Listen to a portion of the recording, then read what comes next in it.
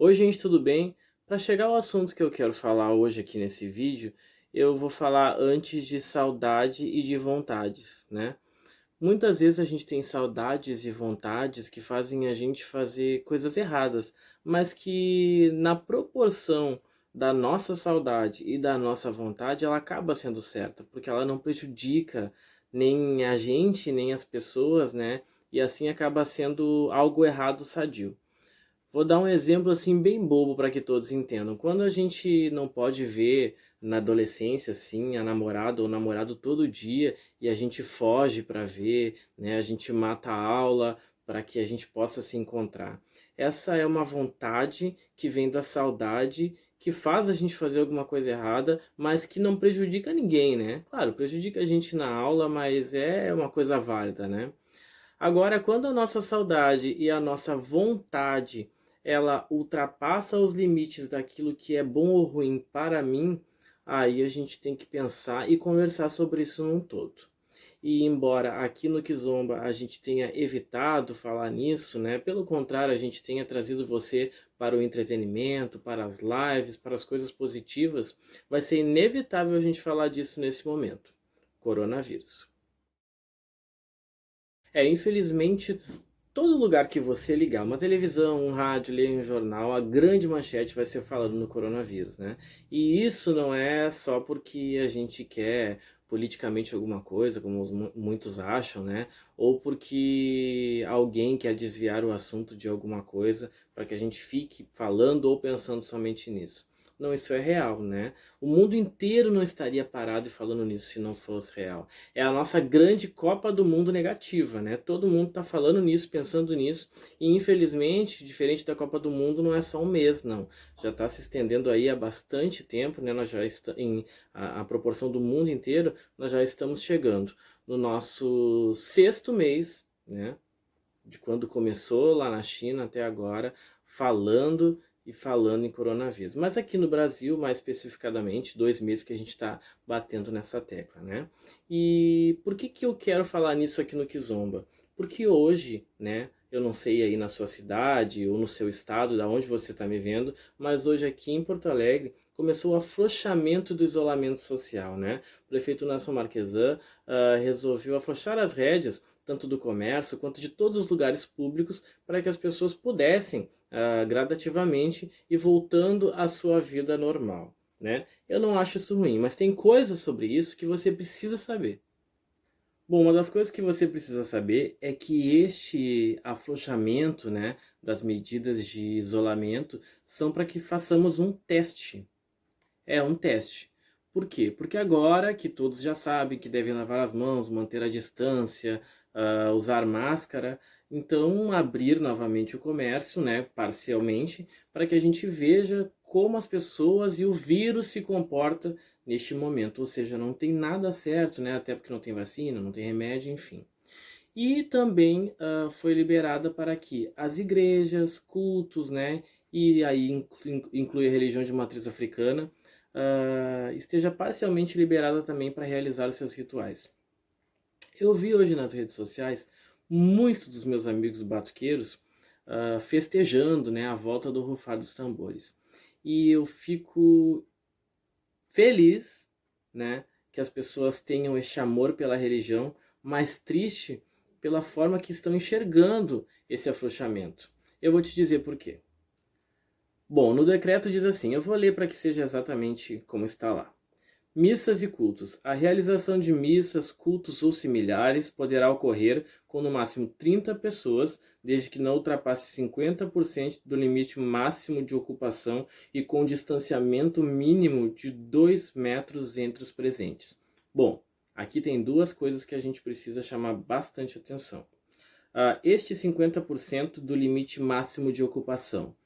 Uh, ele é dado como? Como é que a gente sabe quantas pessoas podem estar em cada lugar? Através do PPCI, que é o Plano de Prevenção contra Incêndios. Quantos terreiros tem?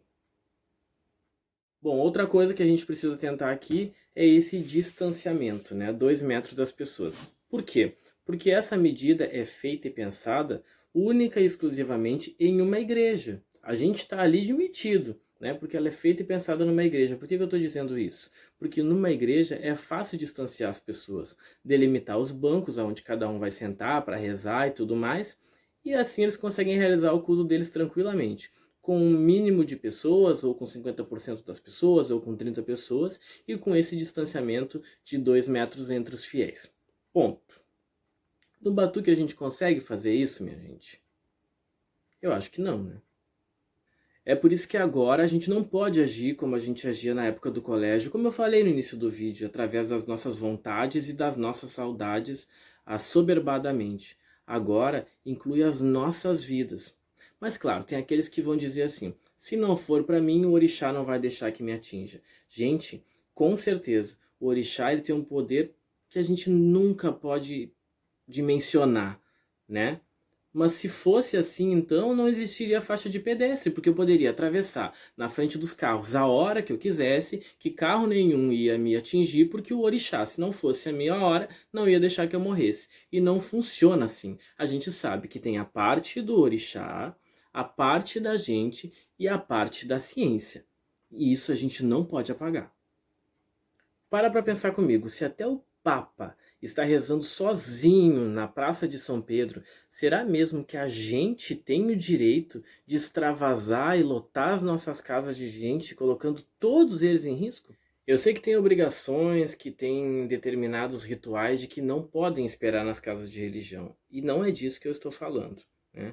Eu sei que tem muita gente que está seguindo a sua vida, que está conseguindo tocar suas obrigações com um número muito reduzido de gente e tomando todas as medidas de precaução possíveis. E eu acho isso louvável, eu acho que sim, a gente deve continuar. Eu estou falando das grandes festas, do rufar de tambor, do batuque, né? Eu acho que esse sim pode e deve esperar. O terreiro, na sua essência, ele deve ser porta aberta e luz acesa, né, para todas as pessoas entrar. Assim é um verdadeiro terreiro, aquele que faz a caridade, né? E como é que você vai delimitar quem pode entrar dentro da sua casa? Como é que você vai separar quem é que vai chegar na frente de um caboclo para tomar um passe, por exemplo? Como é que você vai garantir de que este médium que está incorporado com este caboclo e a pessoa que está na frente desse caboclo estão tomando as medidas de segurança, as medidas de distanciamento e mais, não estão doentes? Eu vou te chamar para mais uma reflexão. Você que fala, se não for para mim, o orixá não vai permitir que me atinja. Perfeito. Se você acredita nisso, você acredita que o orixá é muito poderoso, assim como eu acredito, né? E que o orixá pode tudo o que quiser.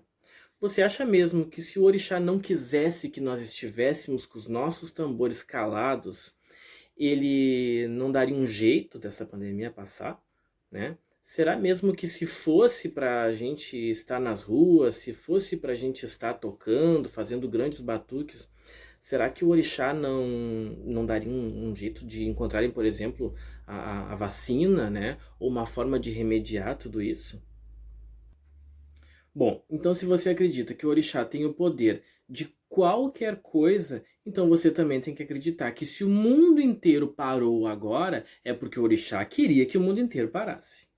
Bom, mas eu não sou aquele que critica, eu não fiz esse vídeo para criticar o que as pessoas estão fazendo e muito menos para criticar o que cada um acredita. Talvez eu sou uma das pessoas que na rede social mais fala a mesma frase. Eu acho que cada um tem o direito e deve acreditar, professar e realizar as suas coisas como quiserem. Eu fiz esse vídeo apenas para que a gente tenha uma reflexão, porque eu sei que na ânsia da vontade e da saudade, a gente acaba fazendo coisas que ultrapassam e extravasam do coração, né? Que às vezes podem ser erradas. Então talvez a gente discutindo todos juntos, a gente chegue a um denominador comum. E hoje, infelizmente, o denominador comum é que este decreto vale para as igrejas e pode se aplicar a uma igreja, mas para o terreiro não. O terreiro vai ter que esperar mais um pouco para rufar o seu tambor. A ânsia de rufar o tambor, ela não pode ser maior do que a ânsia de viver.